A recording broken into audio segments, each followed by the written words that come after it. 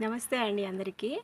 నేను ఫంక్షన్‌కి వెళదామని చెప్పనని గిఫ్ట్ ఏం కొనాలి అని చెప్పనని ఆలోచన చేసి నేను ఈ మొక్క కొన్నానండి.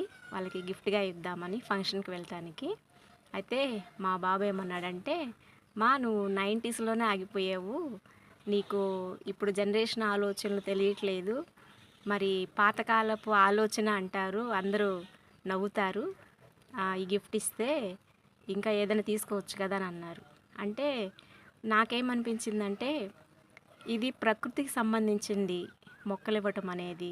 రేపు రాబోయే తరానికి ఒక మంచి అలవాటు చేద్దామని నాకు ఆలోచనతోటి నేను ఏది ఏమైనా సరే ఎవరైనా నవ్వుకున్నా, ఏమైనా ఎగతాళి చేసినా, ఏమన్నా సరే నేను ఈ మొక్కే గిఫ్ట్‌గా ఇవ్వాలని నిర్ణయించుకున్నాను. అందుకే మొక్కను తీసుకొచ్చాను. మీలో ఎవరికైనా నా ఆలోచన నచ్చితే ఒక లైక్ చేయండి. నాకది